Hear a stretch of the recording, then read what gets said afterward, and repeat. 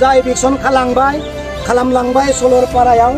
बे इभिकसनखौ प्रमद बर' बिथाङानो खालामनांगौ होननानै नैबे लेखायावनो लिरदों।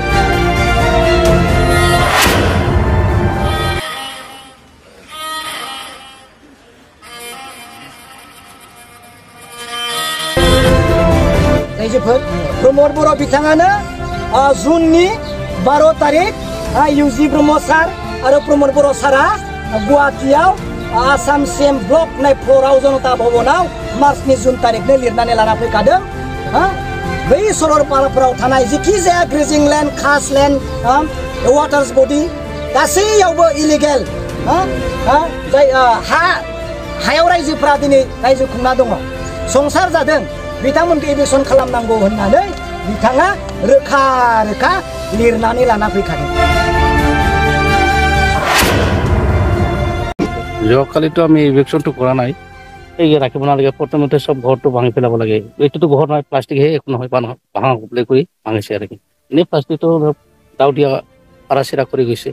একো জ্বলাজলি কৰা নাই মানুহ মাৰামাৰি কৰা নাই যোৱাকালি তো আমি ইভিকশনটো কৰা নাই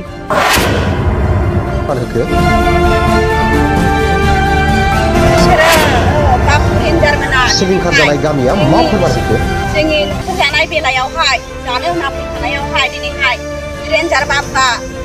गेदेर गोबां जोंहा माल माथा खहा जालांजोबबाय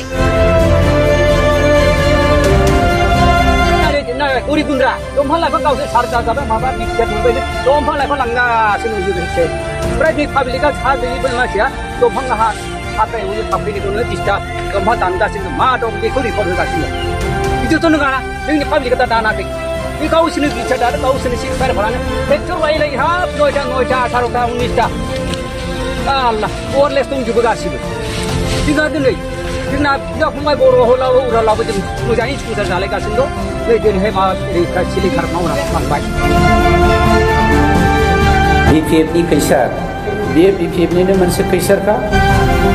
बिथांमोना दिनैनो जोंखौ थेर गाख्रेबजोब्बाय फिसा फिसौ गारजोब्बाय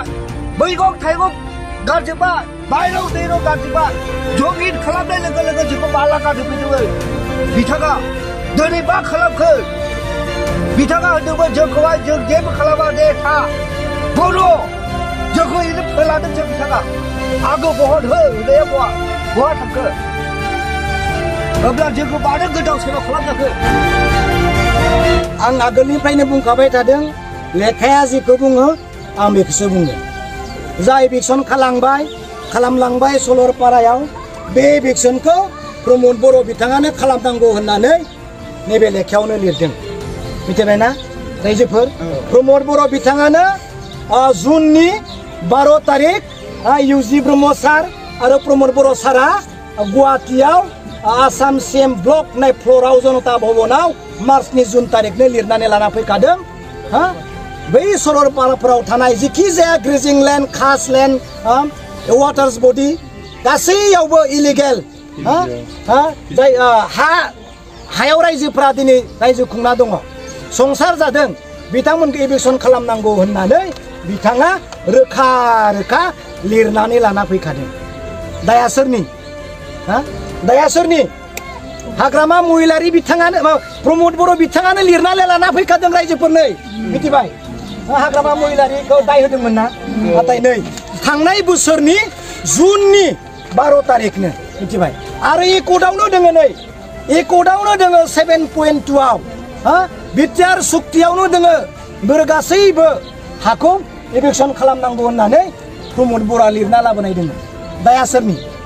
बिनिखायनो दिनै रायजोखौ आं बुंदों जों बयबो मिथिगौ प्रमद बर' बिथांखौ बे सरकारनिफ्राय बोख्लायनांगौआ अत्यन्त जरुरी जानानै फैदों नङा बोख्लायनांगौ जों प्रमद बर' बिथांखौ जेबो जाला बिथांजों बे सरलपारानि इभिकसना प्रमद बर' सारा लिरनानै लाबोखानाय मोनसे बियो माइनुट बेखौ आं